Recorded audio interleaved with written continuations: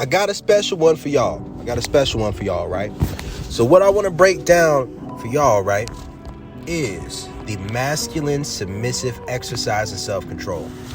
Now, I had to come up with a different name for this one than some of the other ones because there are some differences between these different concepts, right?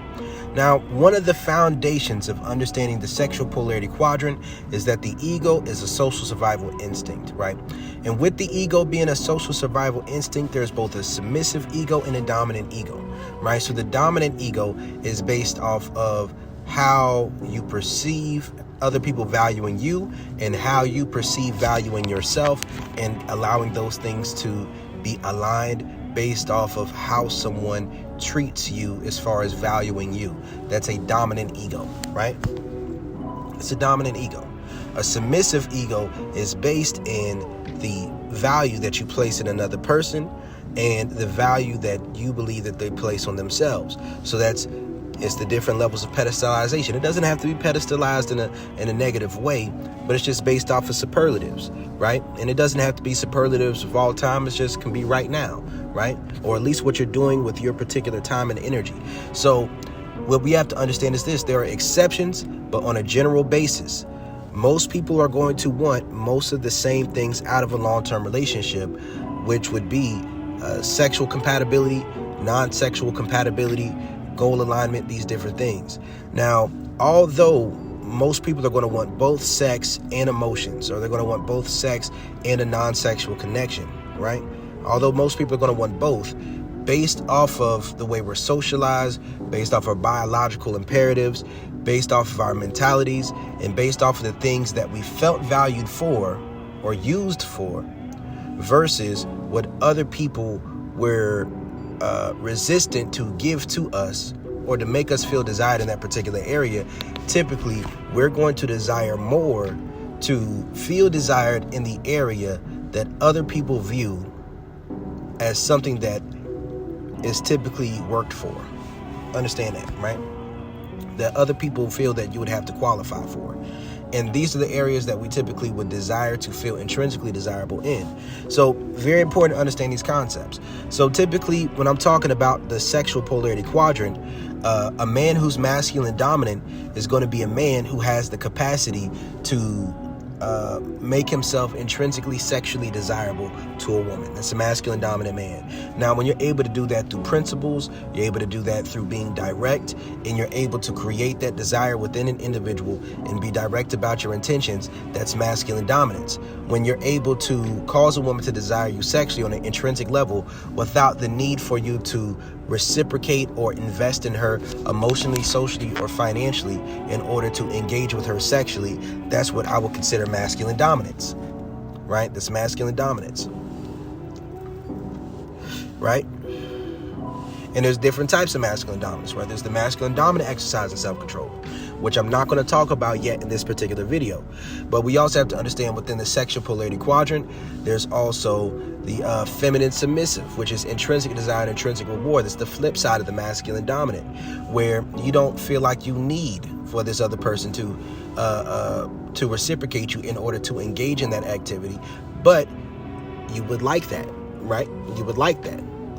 And then there's also the feminine dominant, which is you desire validation by any means necessary, which means that you're more so actively being manipulative, right? That's more so active manipulation, force, different things that are like threats, pursuing someone against their will. That would be considered feminine dominance, right? Then we have the masculine submissive, which is more so based in stagnancy. A quick thing to understand about the sexual polarity quadrant and how I break it down is this: masculine energy adds structure and principle to dominance, right? Because dominance to a certain extent can be predatory.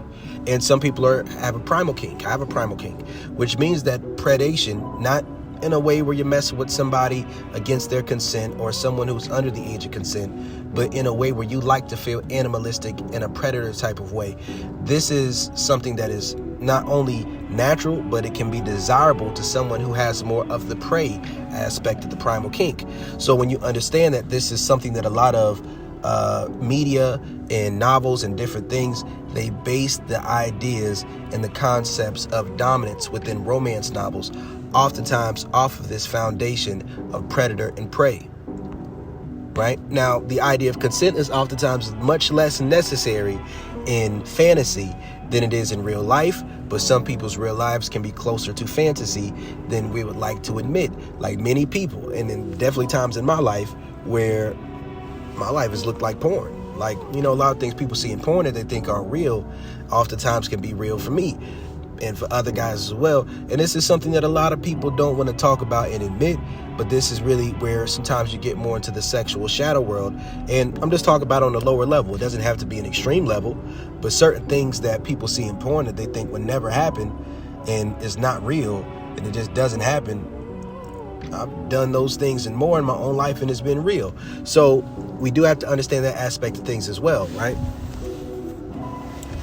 That oftentimes in porn, those are oftentimes going to be like masculine submissive women who are operating out of, and let me go back to these analogies I was making. Masculine energy adds structure, principle, and concentration to dominance, but feminine energy corrupts dominance.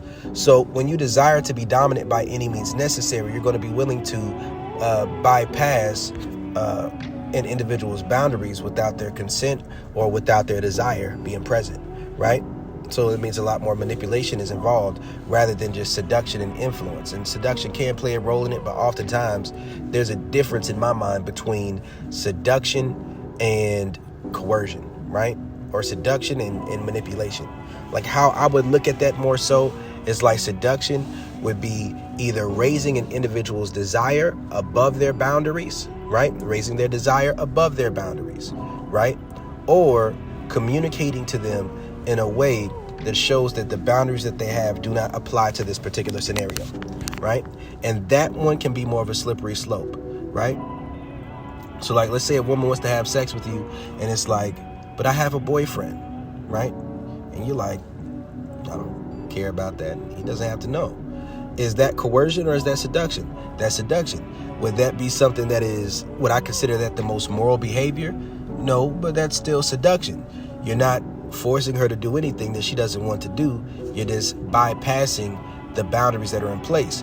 And let's say a woman has a masculine submissive foundation in her mindset about sexuality, where she views sex as something that she gives a man who values her non-sexually. So that means that based off of a man's level of emotional validation, social validation, and financial investment that he makes is where she would feel comfortable in engaging sexually. Now, let's say you show a grand level of cockiness and confidence and sexual confidence, where you say, nah, you want this dick.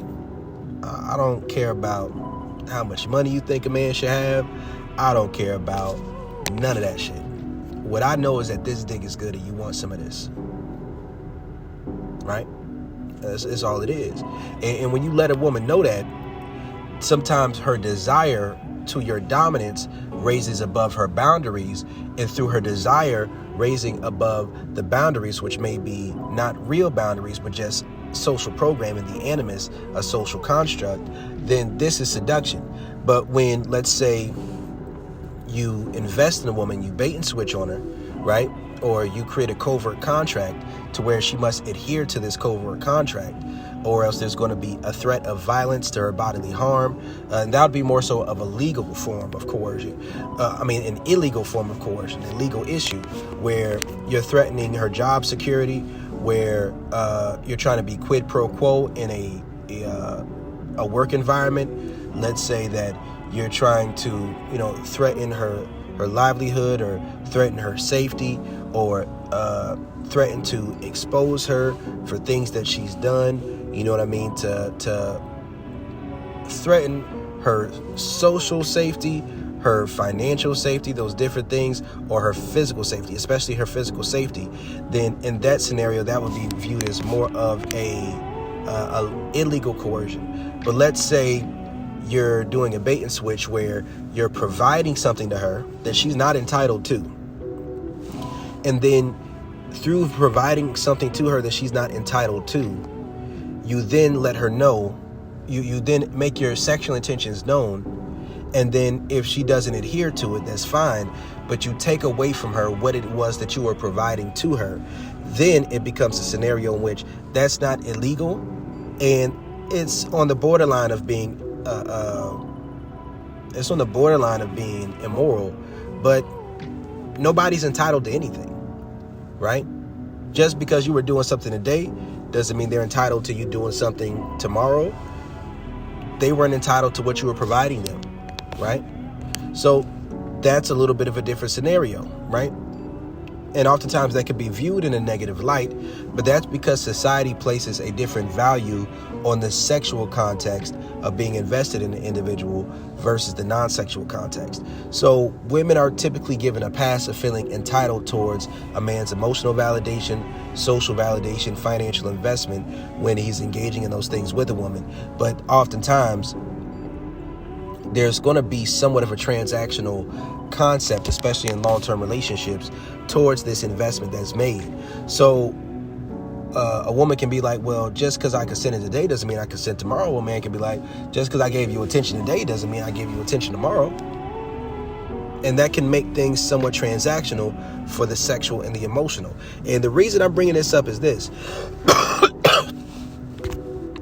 What I want to get into is the concept of the masculine submissive exercise and self-control. Right? So within the masculine submissive exercise and control, it's often used to catch the hand in the cookie jar.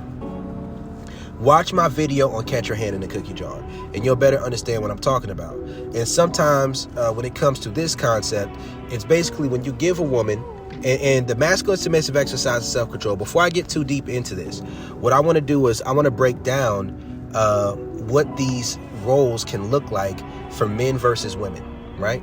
So basically, how the ego is going to be set up for most men and most women. Most people want the same things out of a relationship, but they typically will want these things in different orders unless they already view the person as the full package from the very beginning. And that's if both people are integrated. So what this means is this. Most women are going to be willing to receive some form of emotional validation, social validation, or financial investment from a man, even if they're not all that attracted to him, because he's providing something to her that strokes her dominant ego. Most men are going to be willing to receive sexual access or some form of cooperation from a woman, even if he doesn't view her as relationship material, because this is something that strokes his dominant ego, right? Understand this. So what is the masculine submissive exercise and self-control? The masculine submissive exercise and self-control would be like a man who puts himself in the friend zone, right? He puts himself there. Very important concept to understand. When you put yourself in the friend zone and you form a platonic relationship with a woman, platonic relationship, and then within said platonic relationship, you give the woman attention, you give her validation, you make her feel like she's funny, you make her feel like her mind is interesting, she's someone that you enjoy talking to and conversing with. If you do this, and that woman is attracted to you enough, and this is a woman who's come out of being in relationships where sex felt like pressure, and she's a little bit aversive to the idea of engaging in casual sex, right?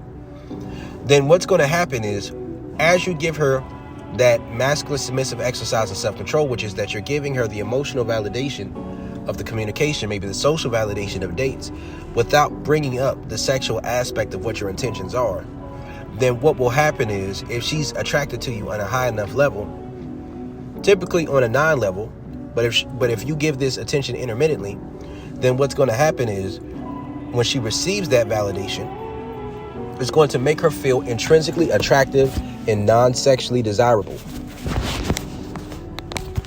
And an individual who is used to being in a position where they do not feel intrinsically desirable for what strokes their ego is going to feel seen. They're going to feel wanted. But an individual who's not used to being seen and felt about as if they are intrinsically desirable, because they're used to being in transactional scenarios, are going to assume that everyone wants them for what strokes their own ego. Very important concept to understand, right? Very important to understand. Because most people want both sexual and non-sexual validation, right? Most people want both. But most people are used to being in a scenario in which they are trading one for the other. Very important concept to understand is that to be in an integrated relationship, you need to non-sexually have a mutual desire to engage with each other on an intrinsic level, right? Based off of your interactions, that needs to feel like it's at least on a one-to-one level of a engagement, to where you both enjoy the non-sexual aspect of that interaction, right? To be integrated, that's necessary, right? And then you also need to mutually feel like sex is something that you both desire and enjoy to do. Both of those things have to be present to be integrated. Now, what the sexual polarity quadrant does, as far as what I consider sexual polarity, which is the masculine dominant and the feminine submissive, what this gives you the ability to do is to start with one level of intrinsic desire and intrinsic reward, of mutuality, which could be sexual or non-sexual. And then for the person who is who's in the primarily dominant position, primary giver of pleasure, primary receiver of control, for them to have a program to where the way that they encourage and the behavior that they reward within the feminine submissive is something that causes them to naturally and organically desire to spend time with that person, sexually or non-sexually, whatever is not the level that they're engaging on, right? And this opens the door for integration through the sexual polarity, right? So that you eventually, one person is pre-qualified for one foundation of intrinsic desire and intrinsic reward, mutuality. And then the other person is qualifying for the next level of that interaction, whether that's sexual or non-sexual, right? And this is a big aspect of how the sexual polarity quadrant works, right? So what the masculine submissive exercise and self-control does, it's an individual who is presenting themselves as feminine submissive, but they're doing two different things to stay in the masculine submissive position. See, the masculine submissive is typically based in stagnancy, right? Stagnancy of staying in the same plane of existence, the same realm of interaction. It's not really something meant for long-term relationships, right? Because one, sex work is illegal. So being directly transactional for sex is an illegal activity. And also, it prevents either person from feeling truly intrinsically desired, which will kill intimacy and safety over time, right? So what the masculine submissive exercise and self-control is an individual who's going to operate on one level, which is the level that will be giving up what the other person deems as what strokes their ego, but measuring it out to how much they desire to do it, how much free time they have, not overextending themselves, and how much validation, time, and energy they're giving up, but also suppressing and showing self-control to their own desire to receive validation in return. So a man who is putting himself in the position of engaging with a woman platonically, right? And making that decision on his own, not bringing up sex with her, right? At least not up front. Avoiding the topic of sex, at least in the concept of those two engaging with sex with one another. And also not trying to move things forward as far as being in a relationship with the woman. At least not up front, right? So he's keeping the conversation really casual, fun, light, and platonic, right? That is a masculine submissive exercise in self-control. And like I said, most people are going to want both sexual and non-sexual attention. So when you're giving an individual non-sexual attention, when you're giving a woman non-sexual attention as a man, what's transpiring is that one, she's starting to feel non-sexually desirable. And then 2, once she sees that you are a sexual being, she starts to become curious about why haven't you tried to sleep with her? It causes her to question her own desirability and her own attractiveness in your own eyes. And once you aren't giving her the consistency of pursuing her in the way she would like to be pursued non-sexually, then she will start to think, maybe he isn't giving me the amount of attention I want because I haven't yet reciprocated the attention he gave me with sex. But since I'm not sure if he wants it, now I feel like this is something that I want to do. And then she might just throw the pussy at you. Right? Now, there are issues that come with the masculine-submissive exercise of self-control. But before I get into more of that, I'm going to break down the female equivalent of the masculine-submissive exercise of self-control. So what the masculine-submissive exercise of self-control in a woman would be is a woman who chooses a guy as a fuck buddy. Right? She decides to be a fuck buddy. But to do this, she's either not non-sexually attracted to the guys and she wouldn't want a relationship with him, right? Or she is showing self-control to her desire for ESF, for emotional validation, social validation, and financial investment, so that she isn't being more sexually available than she would be in order to receive something in return. So she may show a man a level of sexual desire and interest that a man who's masculine submissive himself is not accustomed to, which would feel like the feminine submissive, which would make him feel intrinsically desired in a way he may not be accustomed to. And when he feels this is a man who's used to every woman he's ever had sex with liking him and desiring to be with him in a relationship or desiring him emotionally.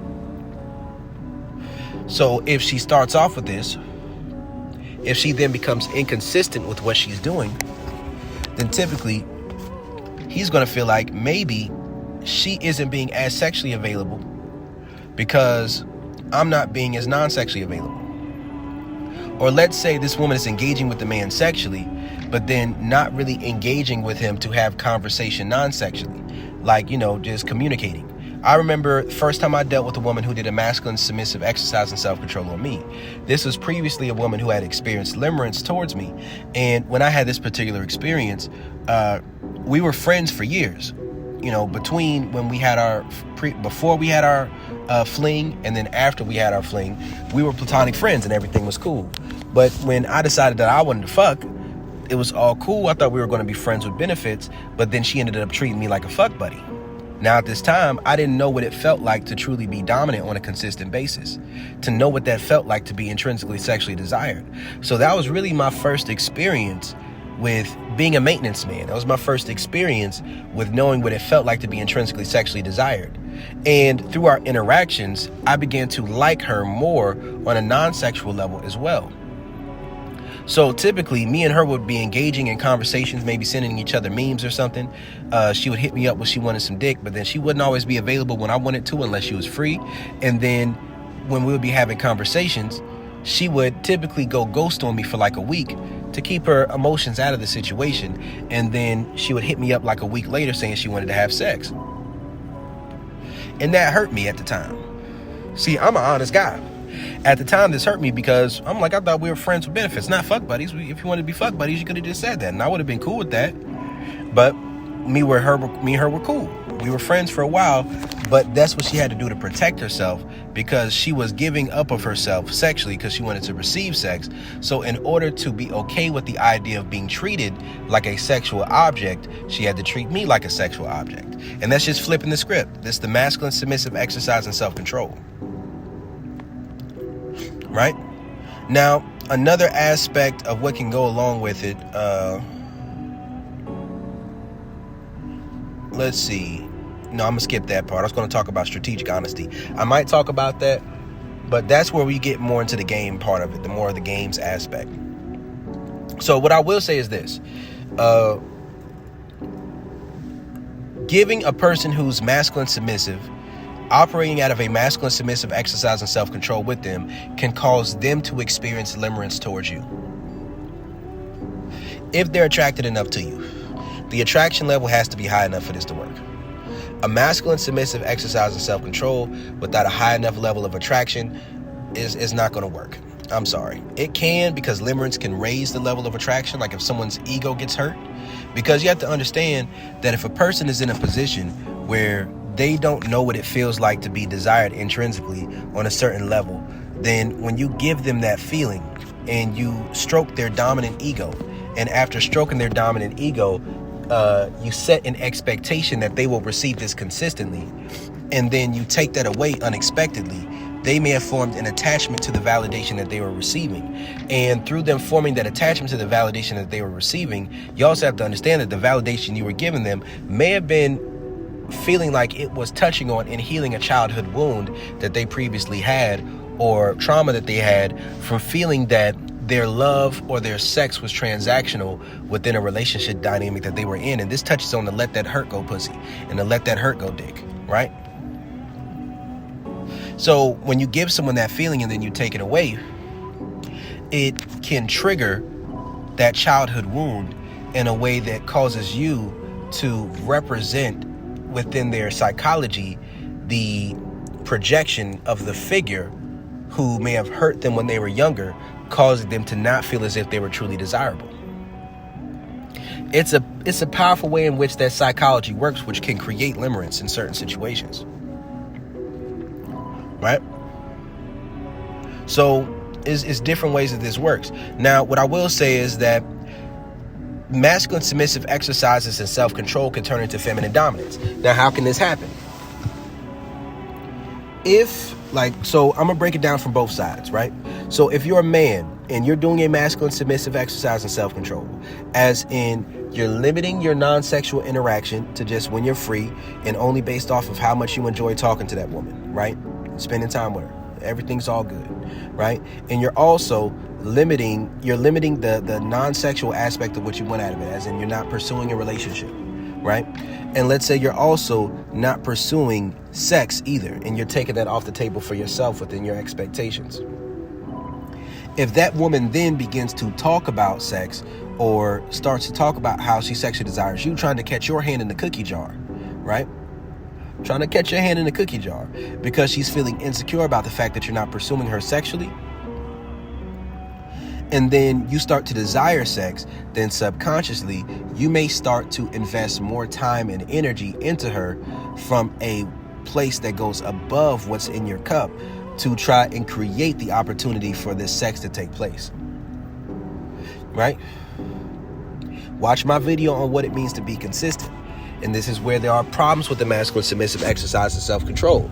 The problem with it is that once you've established enough non-sexual rapport with a woman, if you then want to engage in casual sex with her, she then either has to be a situation where it turns into a relationship or has a strong trajectory towards a relationship, or the woman is going to have to do a masculine submissive exercise towards you.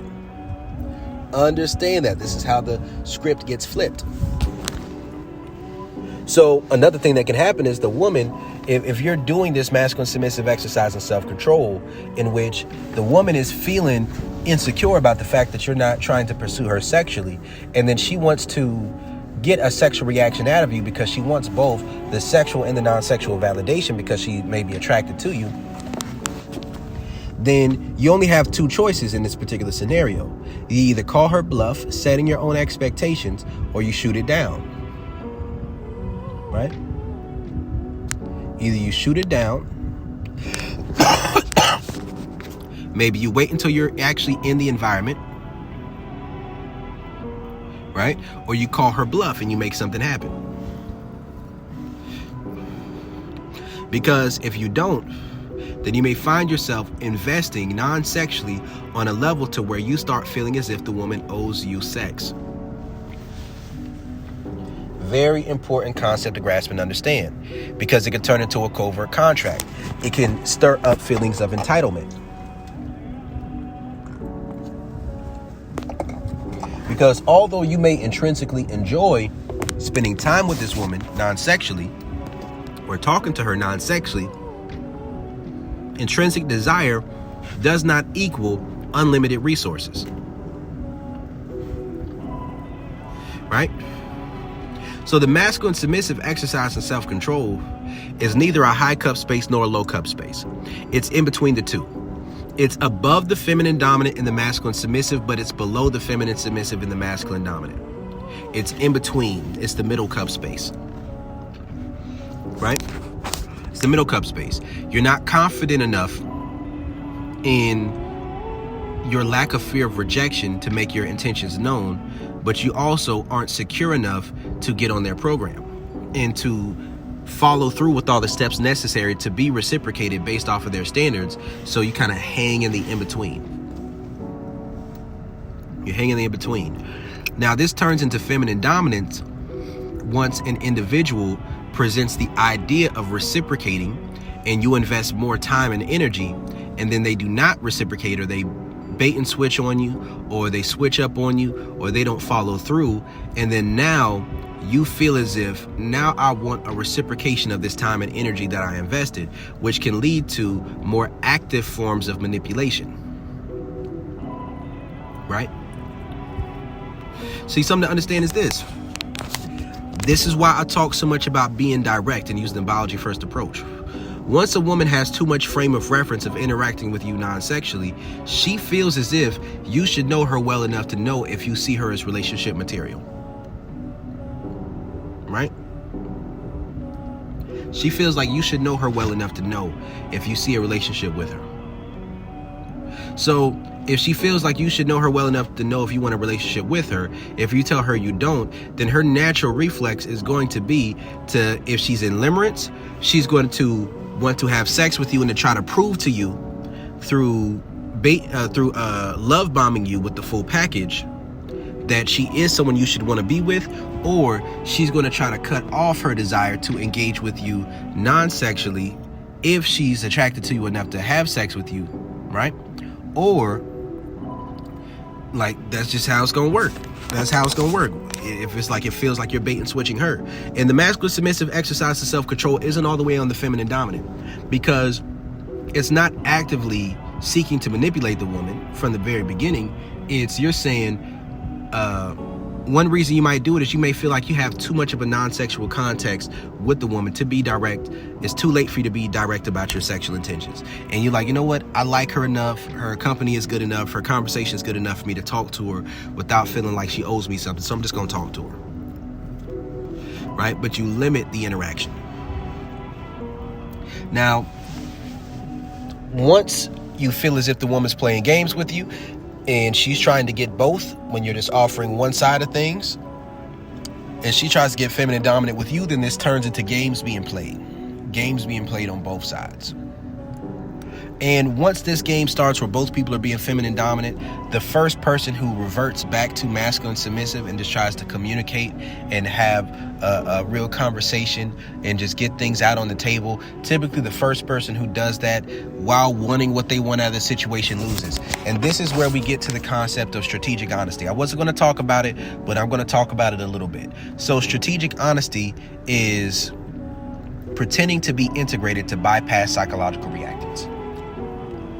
That's basically what it is, right?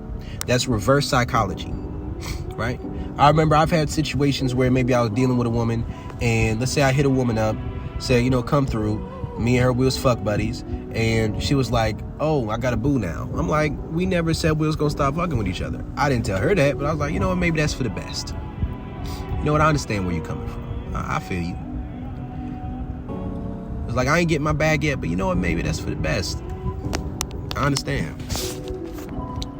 And once you pull away from making the person feel as if you're pursuing them for what strokes their ego, or pursuing them for what they think will stroke your ego because they feel like you want something from them, then it adds value to the idea of engaging with you on the level that would stroke your ego. So it's like when you take that away using the strategic honesty, then they try to put certain things in your face and try to leverage it. So she was like, yeah, I got a little boo now. He want to love me so bad, I'll be a fool to pass that up. And I was like, that sounds one-sided as fuck. She's like, what sounds one-sided? And I said, like, never mind. I was about to say some toxic shit, but, you know, I wouldn't want to stand in the way of your love. You know, I wouldn't want to stand in the way of love. Y'all be good. Like, y'all be blessed. And she was like, yeah, I'm trying to stop being toxic too. And in my mind, I was like, gotcha, bitch, gotcha. And then I was like, you know what? It's not even worth it, because at this point, you would have to be my sex slave for 2 days and 2 nights to get back on my good side. And she was like, challenge accepted. See, when you use the strategic honesty, it's like a form of the masculine submissive exercise and self-control. And then from that point, when they try to reach out for that validation, or if they try to play on the fence about it, you just call their bluff in a way that shows dominance, in a way that shows cockiness or whatever it is, or in a way that presents a challenge, threatening them with a good time. And when you do that, then they're like, all right, cool, I got you. Now they're curious. That creates curiosity, right? That's what it creates. It creates curiosity, right? So a main thing about the masculine submissive exercise and self-control is that the way that you can follow through with the masculine submissive exercise and self-control while staying consistent to the way that you made your approach is that the woman's sexual attraction level has to be at least, I'd say it has to be a 9 level. Because remember, when I talk about the 9 level of sexual attraction, that is a level of sexual attraction in which you can be indirect, and the slight use of innuendo is something that the woman will want to follow through and escalate things. You know, you just need an 8 level of sexual attraction to use the biology first approach. So while it may seem safe to use the masculine submissive exercise and self-control, if sex is something that you do want out of the situation and out of that scenario, you have to understand that it takes less sexual attraction, but more boldness and security in order to be direct than it does to be indirect. Understand that. And it also takes a better setting of your expectations, because if you set your expectations at this non-sexual interaction is all that's taking place, you have to stand by that. And you have to stand by it as far as not feeling like you're owed something if it doesn't take place. Not feeling as if the time that you spend talking to her and dealing with her is giving up of yourself to the extent that you feel like you need something sexually in return. So when you're being direct, you're not making an investment that causes you to feel entitled to a sexual reciprocation, right? That's the thing about it. That is the thing about it. But another thing to understand about the masculine submissive exercise and self-control is that it bypasses psychological reactance for those who have a history of feeling pressure to give or feel that they only conditionally receive. So if somebody was in a prematurely integrated relationship where the safety and the lack of feeling intrinsically desired was on the table in the area that stroked their ego, right, was present within that relationship dynamic, then it typically leads to let that hurt go dick and let that hurt go pussy.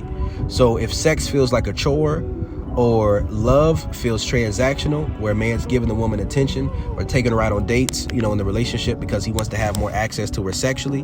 So if a woman feels like sex is something she's giving out of pressure and duty in a relationship, and then a man presents a masculine submissive exercise and self-control that she's attracted to enough, then naturally her reflex from her years of being in a relationship is her instinct is to reward someone giving her attention with sex, especially if she's attracted enough.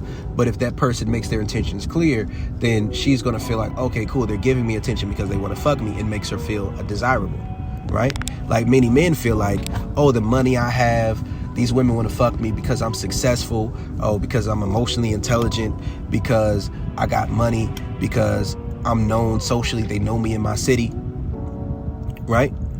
But if a man values himself off of those things, and then a woman wants to fuck him and she don't care nothing about that, then that may make him feel like this woman doesn't want anything from me. She just likes me for me, right? That's the thing. It makes you feel seen. You got to understand, it makes somebody feel seen who's not used to being desired on an intrinsic level,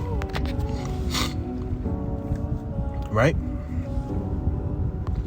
So I'd say that the masculine submissive exercise and self-control is a longer version, and it's a more drawn out, and it's a light version and a less insidious form of the bait and switch. And that's why I don't consider it feminine dominance, right? Feminine dominance at times may be like a purposeful love bomb, as in you talk to somebody every day real strong, give them a bunch of gifts, a bunch of validation, say how you want to be with them, how you want them so bad, and you stroke their ego real bad, spend hundreds of dollars, do whatever you got to do to make them feel validated, and then to do that real quick, make a bunch of promises, and then switch up on them out the blue, right? Or to become inconsistent and back away without being consistent with what you're doing. That would be more of a bait and switch. That's more of a love bomb, right? Because the remedy, and the thing to understand is that the remedy for getting caught in limerence due to a masculine submissive exercise and self-control is typically going to be a love bomb, right? Or a bait and switch, right? Typically a bait and switch off of a love bomb, or simply a higher level of self-love and security. If you can accept that not everybody's going to want you like that, and that not everybody has to want you, then the masculine submissive exercise of self-control is not going to hurt you. It's like, all right, cool, we fuck buddies, that's all it is. If you don't want to link up with me, that's cool, right? Woman's like, if we platonic friends, we're platonic friends. If that's all it is, it's cool. You don't have to want to fuck me. Why would I want you to fuck me if we platonic friends? That doesn't make sense, right? And that's the difference between someone being masculine dominant and someone being masculine submissive at times, right? Because if you're masculine dominant as a man, you're accustomed to being intrinsically sexually desired, and a woman who doesn't show a high enough level or high enough consistency of desire is someone who you don't attribute that as feminine submissive, and that doesn't even stroke your ego that much because they aren't giving you enough control over the interaction, and they're not receptive enough to your program for you to take them seriously. And this is where setting your expectations is so good. This is why it's so important to set your own expectations. Same thing for a woman. If you're a woman who's masculine dominant, then you want a man who's going to give you emotional validation, social validation, and financial investment. But the thing to understand is this: you're really giving the opportunity to interact with you non-sexually, and it's based off of your non-sexual value, not based off of a person giving you non-sexual value, but you provide non-sexual value as far as the experience in exchange for what they're providing, right? And that's the intrinsic one level of interaction that comes with the sexual polarity quadrant, masculine dominant, feminine submissive, that is different from the integrated or prematurely integrated stages.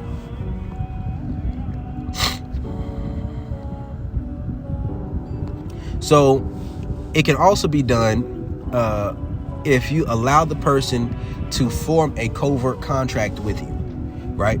Once a person exceeds above their intrinsic desire and intrinsic reward in their investment towards you, right? Sexually or non-sexually, once they extend above that level based off of a pass, like pass theory, and then you let them know, typically indirectly, that you are avoiding that pass, that the context of that pass is incorrect, then this will lead to their ego being hurt, and then this will reflect back on them as a lack of value, causing them to feel insecure, right? So this can work in a variety of ways. Like, let's say, and I got to explain what pass theory is. So what is pass theory, right? So a great way of breaking down pass theory is this. Let's say you're a man, you meet a woman, and you perceive her as a woman who is not sexually promiscuous and who is a monogamy-oriented good girl. And maybe she even tells you this, right? She tells you she's celibate. And because she tells you that she's celibate, you don't mind engaging with her non-sexually and interacting with her, trying to build a connection, but you don't fully want to get on her program of going towards marriage with her, right? Let's say she says she's celibate till marriage. Now, let's say you've been talking to her for a couple of weeks or a couple of months, and then she calls you to tell you about her day like usual, right? And you've been playing it cool. You ain't been trying to fuck her like that, but you know you kind of want to. Let's say that she tells you how she just had a one-night stand last night, or she's been fucking with this guy for the last 3 weeks, or you look online and you see her posting about her pregnancy. See, what that does is it takes the pass that you were giving her based off of perceiving her boundaries as her character, rather than attributing that to her level of attraction towards you. And what this does is it leads to negative feelings arising in you, to where now you attribute this to a lack of desirability on your side, rather than a strength of her boundaries, morals, and characters. When you give somebody a pass, it's based off of your perception of their character, being that they're going to be consistent with what they say. And this is the difference between the masculine dominant exercise of self-control and the masculine submissive exercise of self-control. When you're a masculine dominant doing the exercise of self-control, you assume that they probably are fucking somebody else, unless this is communicated. But you probably assume they may be, but they need. I'm not going to touch on the masculine dominant exercise in this video. I'm going to leave that one alone. But this is just a concept I really wanted to break down for y'all. Another thing is that it often takes place, and like I said, it's a shorter, or it's a longer, more drawn out version of the bait and switch, or more drawn out version of the love bomb. But let's say you start off giving someone very consistent access to you in the area that strokes their dominant ego. And then after you do this for a period of time, you slowly but surely you pull away from it. If they don't immediately don't reciprocate a high enough level of desire to engage with you sexually or non-sexually based off of what strokes your dominant ego, then the inconsistency is something that will cause them to question themselves. So there's a difference between the masculine submissive exercise of self-control and the feminine submissive, right? Very important concept to understand. The main difference is that a feminine submissive has the intrinsic desire and intrinsic reward, but they desire to experience more pleasure through how much control they give up. That's one thing. That's a very important concept to understand, right? So as a masculine submissive exercise in self-control, you want to limit how much you're truly enjoying giving up control, because masculine energy stifles submissiveness. Let me go back to the 4 analogies that I make about the quadrant. Masculine energy concentrates structures and adds principle to dominance. Feminine energy corrupts dominance, right? Feminine energy lubricates submissiveness to crave and experience dominance. And masculine energy stifles submissiveness, right?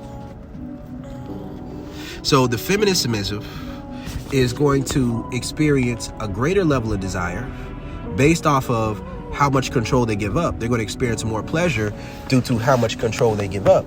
So they're not necessarily trying to limit themselves. And as long as they're dealing with the masculine dominant who knows how to pace things out and to measure things out, they're not going to overextend themselves to the point where their cup gets low. It turns into a very negative feeling that causes them to go into the feminine dominant or to go back into a low cup space, right? Important concept to understand. Very important to understand. So the feminine submissive is going to be willing to get with the program because the control that they're giving up increases the pleasure that they're experiencing, plus the things that they're learning are benefiting them outside of that particular dynamic. So a feminine submissive man will interact with a woman non-sexually with the understanding that he's intrinsically receiving and learning from his non-sexual interactions with the woman, and he's willing to meet the standards that she sets in order to engage with her sexually, but the non-sexual aspect of that interaction has exceeded his sexual desire. Now, if this woman is not that non-sexually desirable, then eventually his sexual desire is going to exceed his non-sexual desire, right? Or if she's feminine dominant, or if she's trying to she's trying to use sex appeal to maintain the man's non-sexual interest, then this is going to cause the sexual desire to exceed. This is where inadvertent behavior comes in. So if you're a masculine dominant and then you're trying to use more and more non-sexual access to maintain the woman sexually, then what's going to take place, that's premature integration, then that woman's non-sexual desire for your validation is going to exceed her sexual desire because your inadvertent behavior, and then she's going to revert into a masculine submissive exercise and control, self-control, or she's going to go into feminine dominance herself.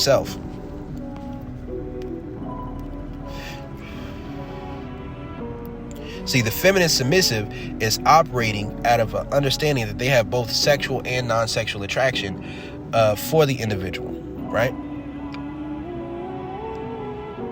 It's just that the one that strokes the other person's ego is high enough for them to not feel that they need to be immediately reciprocating. So they get on the program from a foundation of intrinsic desire and intrinsic reward.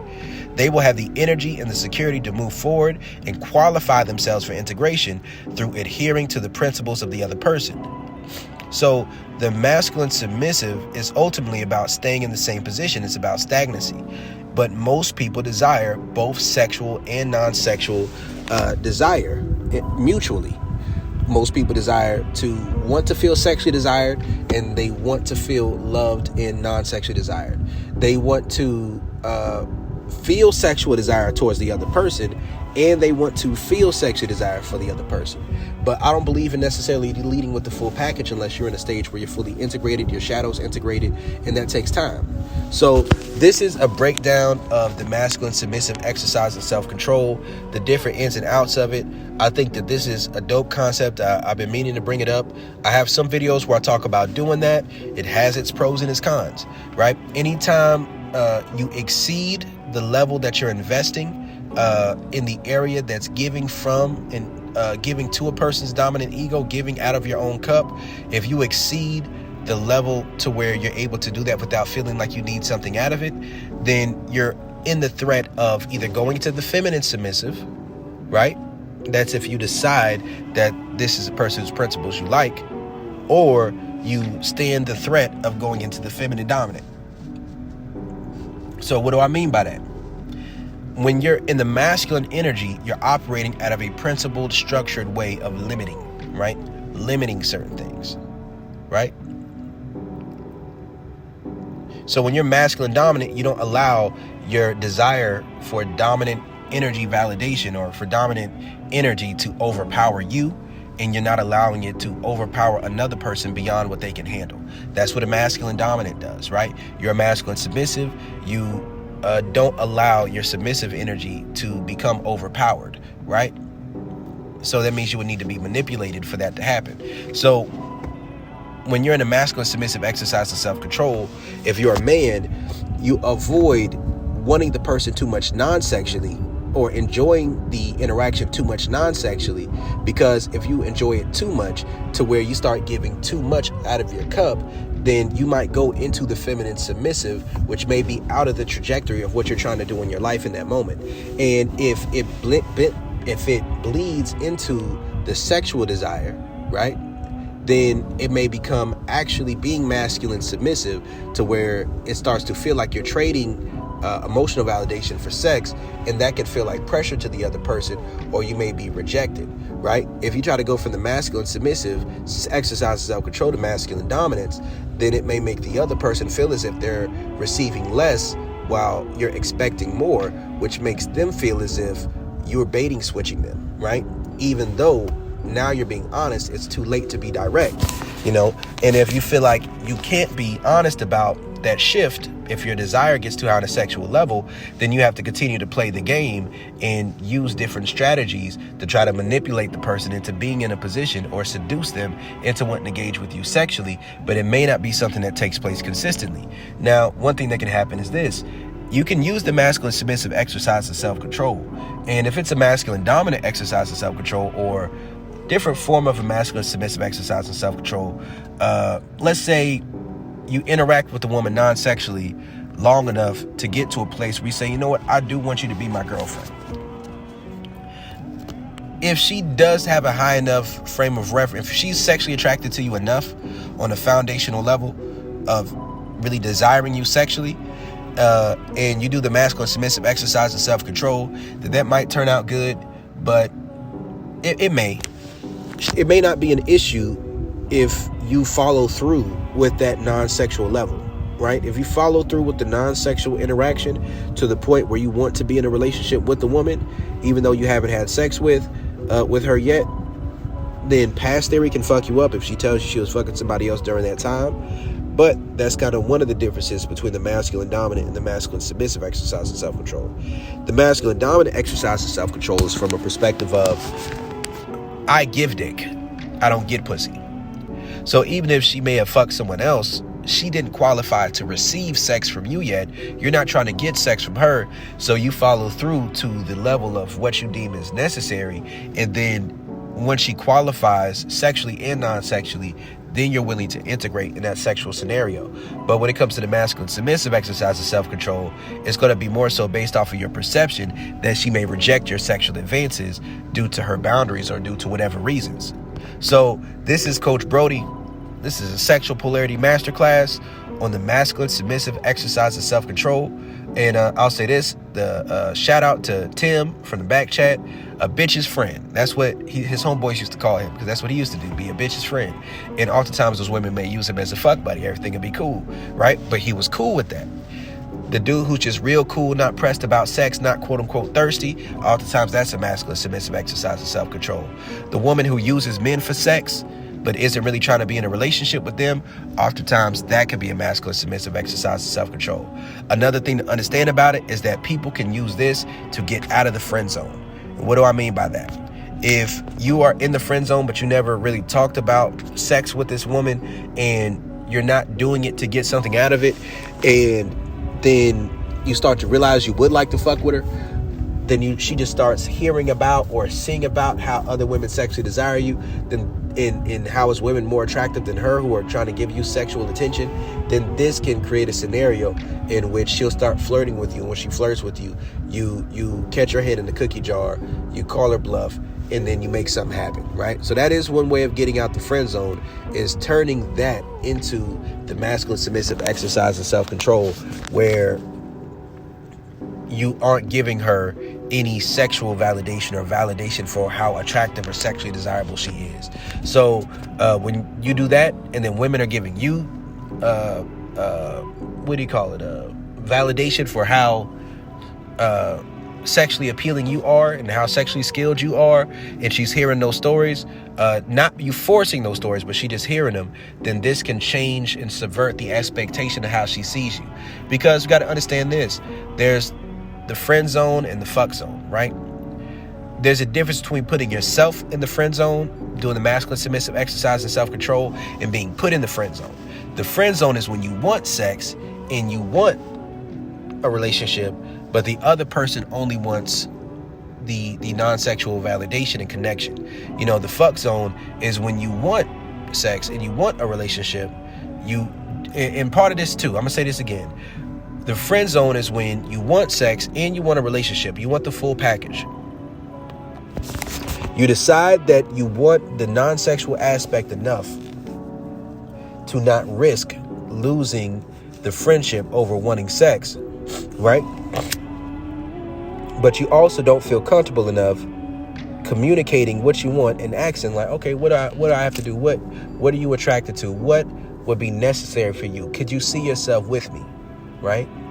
Now, somebody who's not a masculine dominant is not going to respond to that in a way that you would like, because they don't set standards that they would be willing to reciprocate. So if they're not attracted to you enough, it's not going to work. Same thing for a woman who's in the masculine submissive, who's in the fuck zone. If she applies some pressure, puts some effort in, right? And then she gets to a certain point with the guy where she's adding value non-sexually, making herself non-sexually appealing, and then she says, like, you know, what would I have to do to be in a relationship with you? What do you need? What do you think I could improve on to be with you? If that's a feminine dominant man who knows and doesn't shut down you wanting both, either he's going to shut down both and keep it at that one level where you have the freedom to walk away, or he'll let you know what'll be necessary, and then you set a trajectory of taking the guidance and the leadership to get to that place through the feminine submissive, so that you can be in a relationship with that person, right? So these are just some things to understand. This is Coach Brody on the masculine submissive exercise and self-control. I'm out.